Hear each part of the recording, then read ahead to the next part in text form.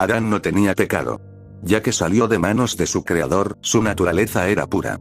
No tenía ni siquiera la tendencia al pecado.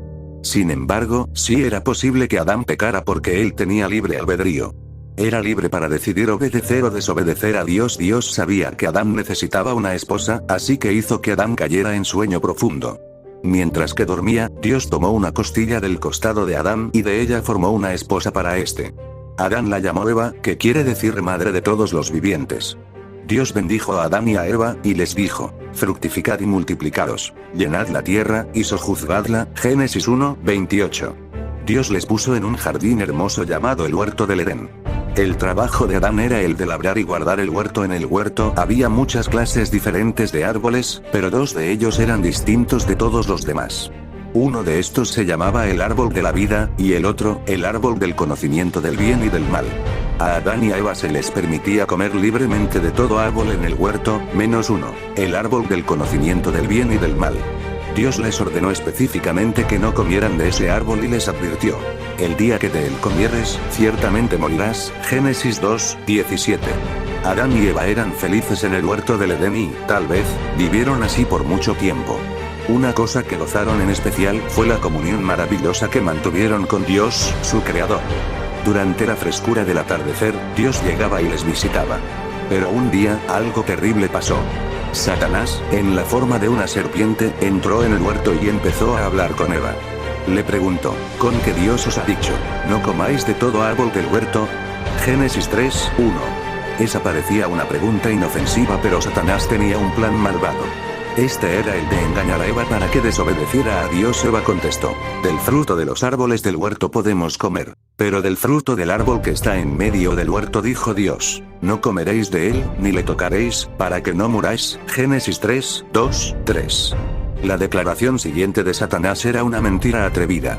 Dijo: no moriréis, sino que sabe Dios que en el día que comáis de él, serán abiertos vuestros ojos, y seréis como Dios, sabiendo el bien y el mal. Génesis 3:4-5.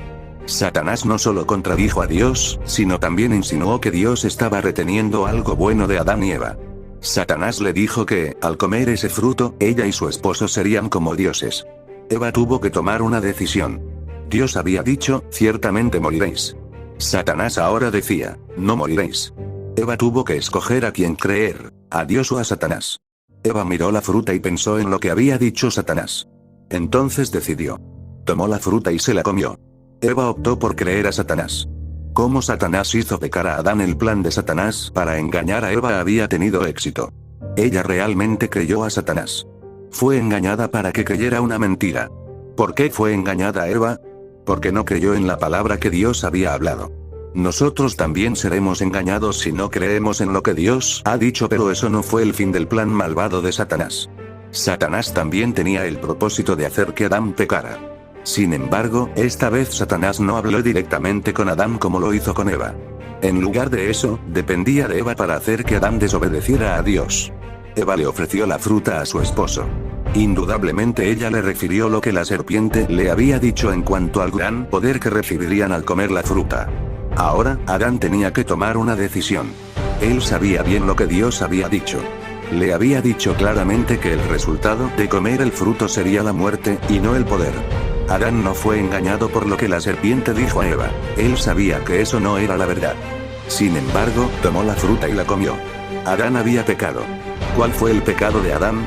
Su pecado fue la desobediencia. Desobedeció la orden específica de Dios. Prefirió hacer su propia voluntad en vez de hacer la voluntad de Dios. Al hacer esto, Adán se rebeló contra su creador y siguió a Satanás, el primer gran rebelde. ¿Qué pasó cuando Adán pecó? El resultado inmediato de la desobediencia de Adán fue la muerte. Pero, ¿qué clase de muerte? Fue la muerte espiritual. Sabemos que el cuerpo de Adán no murió enseguida.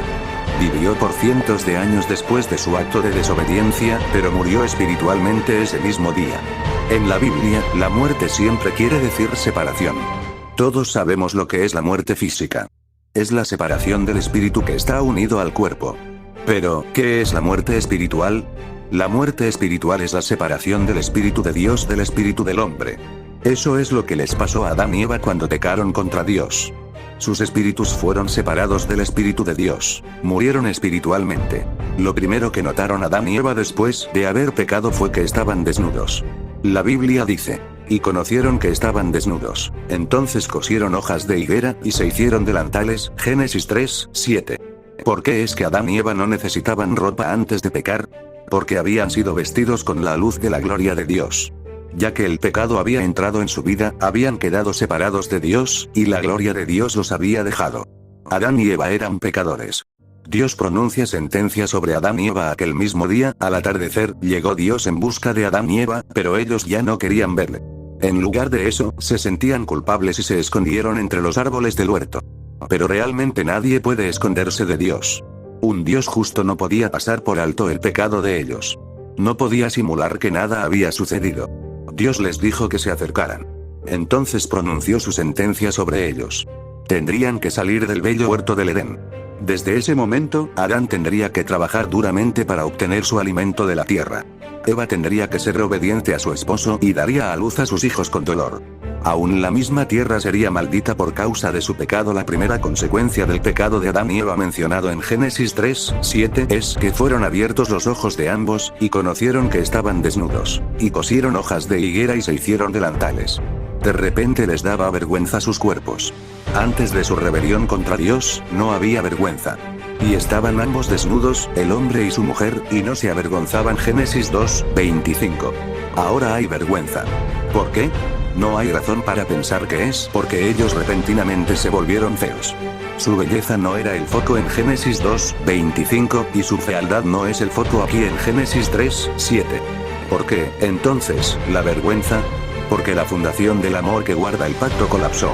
Y con ella, la dulce y sumamente confiable seguridad del matrimonio desapareció para siempre.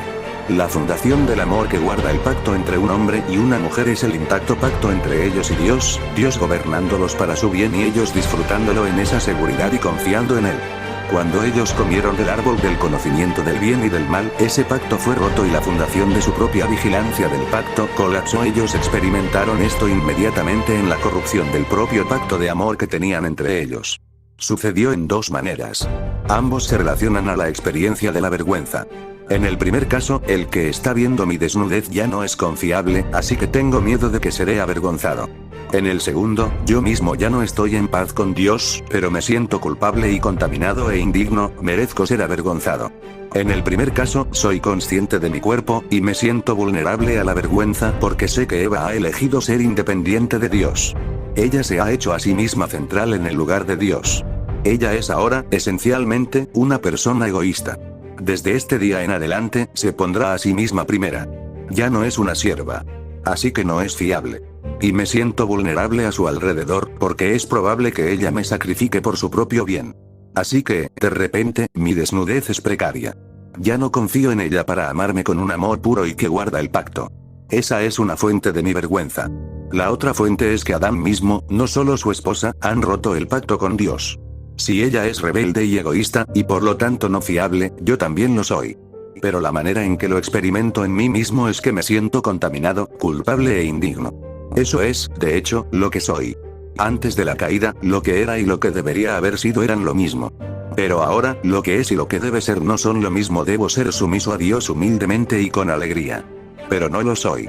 Esta enorme brecha entre lo que soy y lo que debo ser tiñe todo sobre mí, incluyendo cómo me siento sobre mi cuerpo. Así que, mi esposa puede ser la persona más fiable en el universo, pero ahora, mi propia sensación de culpa e indignidad me hacen sentir vulnerable.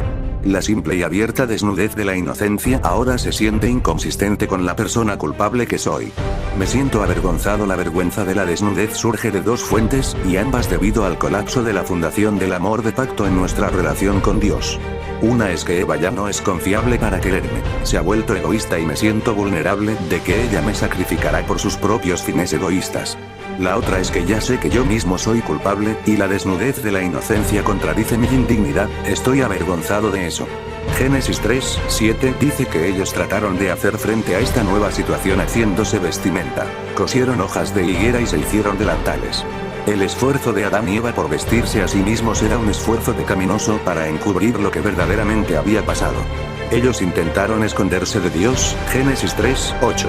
Su desnudez se sintió demasiado reveladora y demasiado vulnerable. Así que intentaron cerrar la brecha entre lo que ellos eran y lo que debían ser mediante cubrir lo que es, y presentarse a sí mismos en una nueva manera. Lo que Dios prometió al hombre. Dios le dijo a la serpiente que había sido usada por Satanás para engañar a Eva: maldita serás entre todas las bestias y entre todos los animales del campo. Sobre tu pecho andarás, y polvo comerás todos los días de tu vida. Génesis 3:14. Dios se dirigió al mismo Satanás y le dijo: y pondré enemistad entre ti y la mujer, y entre tu simiente y la simiente suya. Génesis 3:15.